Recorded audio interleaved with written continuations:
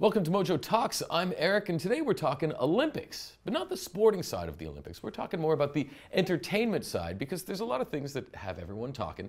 And so I've assembled a panel here. We've got some of our WatchMojo experts, Rebecca and Phoebe. Hello. Thank you guys for joining us. Thank you for having us. Thank you. And so Rebecca, I see that you're wearing my patriotism on my front and back. I'll show my back in that case. This is what I like to see. You Yes. see, so for those of you who don't know, WatchMojo is based here in Canada. Canada's doing pretty well, but we're not talking about who's on the podium. We're talking about things like reporter blunders. Let's get to it. Well, I don't like to be too judgmental, but this was kind of dumb. So I was on YouTube trending videos, and I saw this video, and it said, Katy Couric is spreading some A-grade lies about the Dutch. And I was like, well, I need to see what that's all about. So I watched the video, and it was at the opening ceremonies, and she was like, the Dutch skating team does really well because it's one of their primary modes of transport. And I was like, really? Like, because they have a lot of canals. And I was like, okay, I'm going to need to fact check that, I think. So Twitter seems to have fact checked I can imagine Twitter was a place that quite enjoyed that. We haven't had frozen canals in decades. The Dutch do not skate to work. Skating on clogs is too hard even for us. A few of us skate to work the 5 days a year we have ice. So yeah, she got that one wrong, I think. Had this been cycling, would that have been more apropos? Well, of course, they're a big cycling city because they do not have that much ice, evidently. No, but not huge skaters, although they're doing quite well. Yeah, they practice inside, guys. Like, come on, it doesn't matter. But that's not the only reporter fail, right? No, yeah, No, I caught one on, I think it was CBC. There was a reporter who was gesturing to the crowd of screaming fans, and he said, look at all these wonderful, supportive Chinese fans, and they were holding up the Japanese flag. Oh, so that was a pretty bad one, I think. Well, I guess you got to feel bad for some of these sportscasters. I mean, in some ways... Well, they got to be tired. Yeah, they got to be tired, and they got to be way out of their comfort zone. Yeah. You know, if they're used to kind of one sport or maybe a handful of sports, all of a sudden they're dealing with names and terminology that they might not be familiar with. And terminology has been something that's come up a little bit. Yeah. Rebecca, you've been having some fun on the with weekend this. I was watching the men's slopestyle event, which we got 2 medals in, thank you, I think, if I'm not mistaken. Anyway, and I was drinking some beverages of adult variety, and I was like, I have a new drinking game, so please drink responsibly. But every time you hear a ridiculous snowboarding term, take a drink. Oh, okay.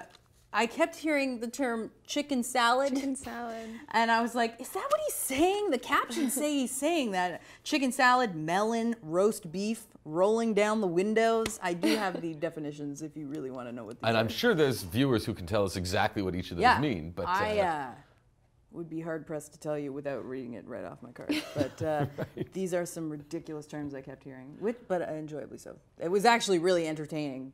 But I recommend making it a drinking game. And I find for me, that's the most exciting to watch is the snowboarding.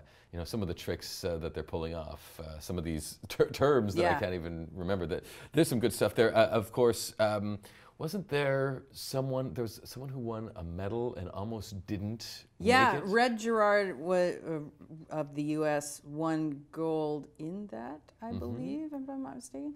And he's 17. He almost missed his event because he was Netflix binging Brooklyn Nine-Nine the night before, and I guess didn't set an alarm. As you do, yeah. But of all things to binge, I mean, it's not That's even... a good thing to binge. It's a good show, but it's you don't hear about people He's binging. homesick. What are you gonna do? I guess so.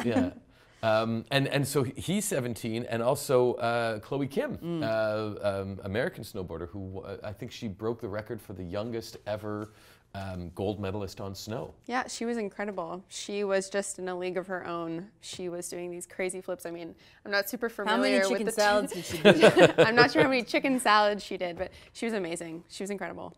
Now, there have been some contentious moves. Or, I mean, we're hearing that, some of the athletes have toned down some of their moves. And you were mentioning a crotch shot at some point. Yeah, that's more in the artistic sports. So I think that was an ice dancing thing. Yeah, it was. It was deemed a pornographic move, which I mean, it's always been a figure skating move for the I woman mean for ice dancing especially. I think Yeah. like the woman ends up with her legs wrapped around the guy's head Yeah. because I mean, there are limited things you can do because you can't do the jumps. I think that's the difference between ice dancing and figure skating is there's like less kind of jump air time. So that's one of their kind of impressive moves.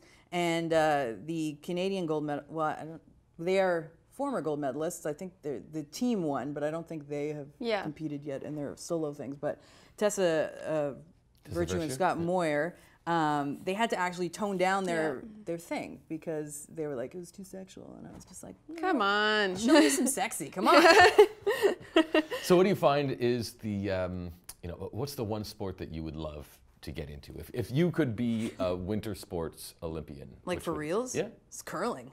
Curling? Curling? For sure. Why? Okay, do you What's know exciting anything about curling? No. If you win, you have to buy your competitors a round of beer. This is like an Olympic rule? I don't know about the Olympics. Okay. But that is like legitimate rule that you have to do. All my friends curl. That is a fact.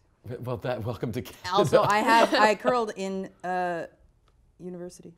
Oh, so you know. I mean, know. Someone was asking yesterday how much difference does sweeping in front of the...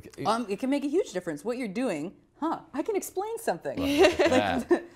So they take like a hose and basically like get these little dots of ice on the ice so that it's textured, so it's not as, like if it was just smooth ice, it would just like fly down there. So what you're doing is you're trying to smooth the ice down so it'll go faster, and it can make a huge difference depending how hard you do it. And it's really hard work. What about you, Phoebe? What would be your Olympic winter sport? I mean, definitely snowboarding. I've tried my hand at snowboarding before and it didn't go so well. What happened? Yeah, I fell immediately and started to cry, and everyone in the ski lift was pointing and laughing at me. So I don't think it's in the cards for me. And you still want to do it? Yeah, I Did you mean, I get would like back to on the learn. horse? No, I went to the chalet and had a poutine. Hashtag Canada. I think if there were one sport that I'd love to try, I think it's biathlon. That's the one where they're cross-country skiing and then shooting things. Yeah, that's cool. How did that ever come about, though? Who said, That's you know just what people do. what, they cross-country ski and shoot? Yeah. Okay. Isn't that just like a thing that I'm sure people do? I don't know. Well, let us know what you guys think. Hey, we didn't talk about the wardrobe malfunction. Oh, right. Okay. Hit me with that. So the Korean ice dancers, I'm going to read their names so I don't get them wrong. Yura Min and Alexander Gamelin of Korea. She had a wardrobe malfunction, and it was a bit harrowing to watch, in my opinion. Why? As a female. What because happened? it looked like, well, the back of her dress popped open, and it was a well-constructed costume because it did not fail her, but, well, anymore. She did not pop out of her costume, but it was close. I wasn't even watching them dance. I was just like, don't fall off. Don't fall off. Was that the most riveting moment of the Olympics for you so far? No, absolutely not. I'm very riveted by the Olympics. Okay, well, there's lots more to watch. Let us know what you guys think in the comments. Tell us your favorite sports. Tell us who you think is going to win the Olympics, who's going to come up with the most medals. And thank you guys for being here with us. Thank you. And like and subscribe and do all that fun stuff. And check out the links below, and we'll see you guys next time.